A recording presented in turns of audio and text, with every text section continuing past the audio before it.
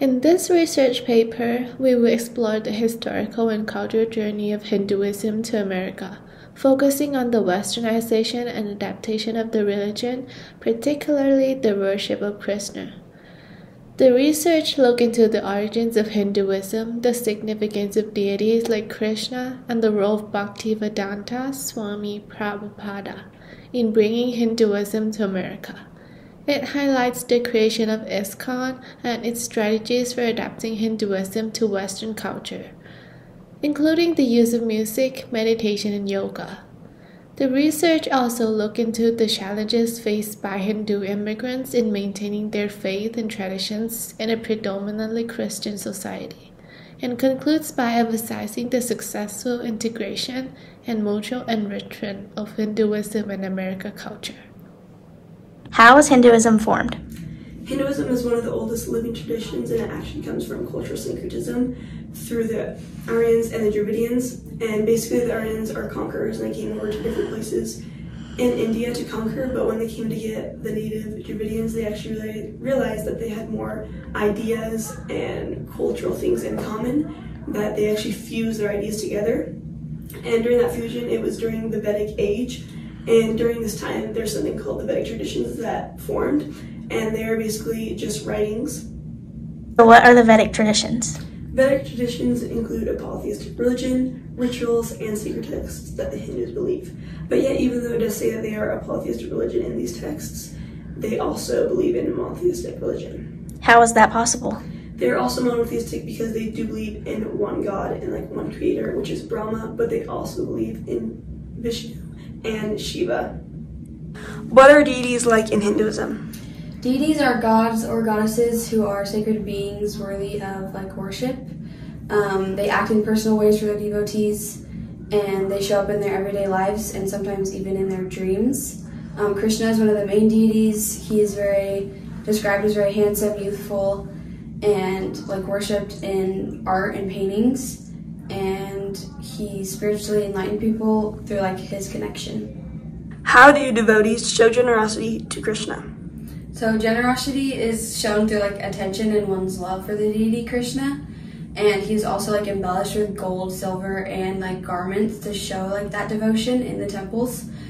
Because of the ornamentation that he was devoted with, the images are categorized in art, and the worshippers connect with God because of this ornamentation that they are putting on Krishna. And there are flowers placed around Krishna's neck, shown also as that embellishment.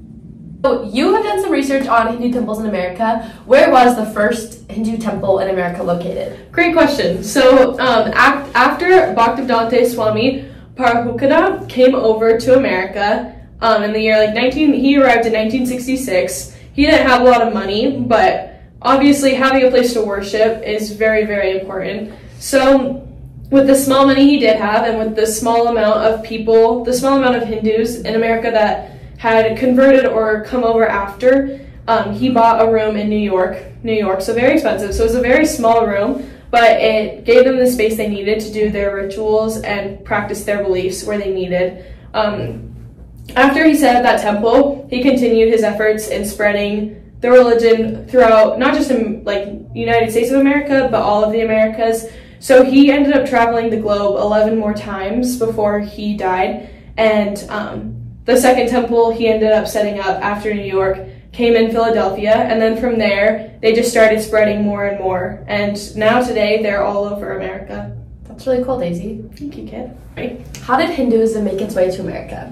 Well, Hinduism stayed in India for a very long time, but around the year 1933, Bhaktiva Swami Prabhupada was given the assignment to try and bring Hinduism over to America. So he spent a lot of years preparing, but then 1965, he boarded a cargo ship, and he made the journey to America, and it ended up dropping him off in New York.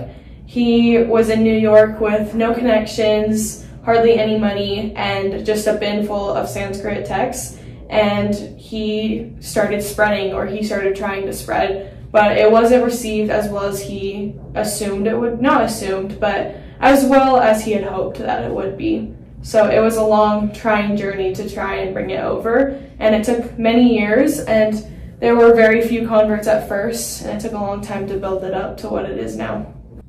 How was ISKCON developed in America? So ISKCON was one of the most religious developments that came to America, although it was first pushed away from the Americans because of their origins. It was stated that ISKCON was also singled out because of the dangerous mind control cult, and it was foreign to adopt it from the family.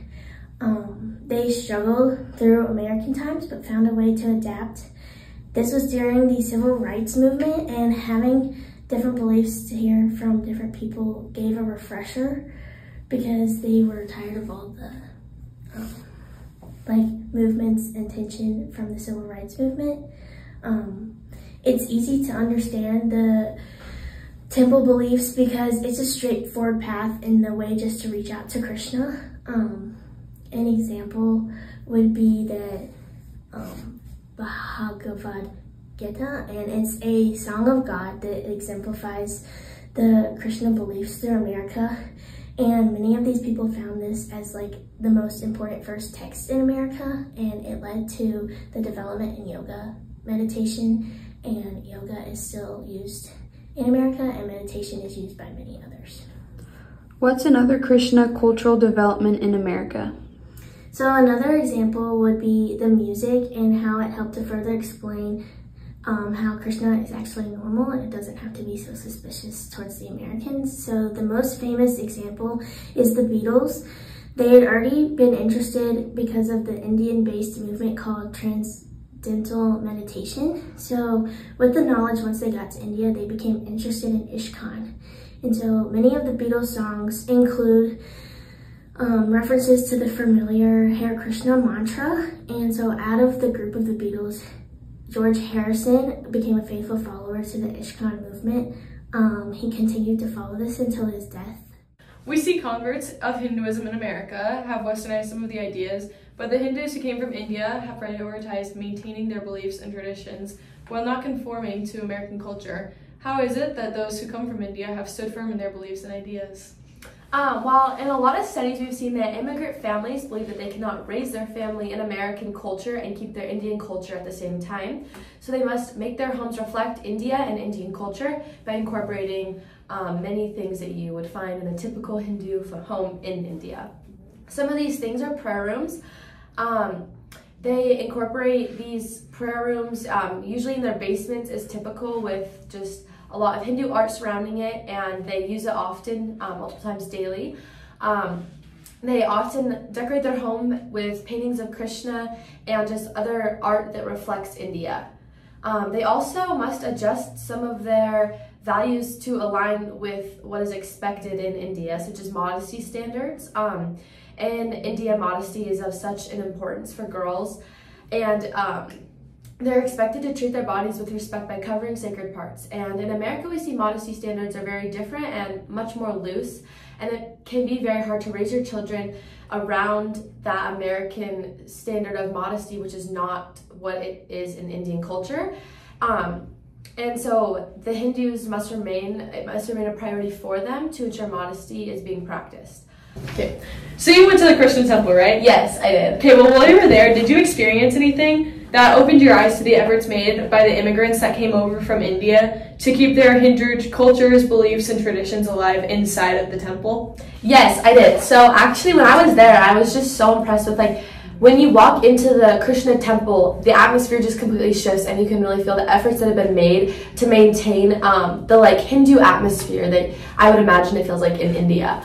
So some of the steps that they took were, as a traditional practice, your shoes must be taken off before entering the place of worship, and so they did require that. And so I think that that's just a little step that had been taken that makes it just feel more sacred. Another thing was that they offered Indian vegetarian food. They provided that in the first floor of the temple, and that just is another traditional meal in India that helped it feel a little more ritualistic and just like it would maybe in India. They had traditional Hindu art and paintings in the worship and prayer area that you would see throughout, actually not just a temple in India, but just regular stores and things. They also had Hindu art that explained the storyline of reincarnation, and I think the biggest thing was that they don't have this in India, but they did have a person in the Krishna temple here in America that we went to, and he works in the temple, and when you come in and you're a visitor, he kind of just explains the basic beliefs and the basic theology of Hinduism to you, and I think that's really cool because I think there's probably many more non-Hindus that go just to visit and see the experience of a Hindu temple, and it's really cool to have someone who is very knowledgeable within their beliefs just explain that basic theology to you. And he did such a well job at explaining it to us in simple terms, and it was just a really cool experience, and they really keep it special to maintain those Hindu beliefs in the Krishna temple here in America. That's awesome.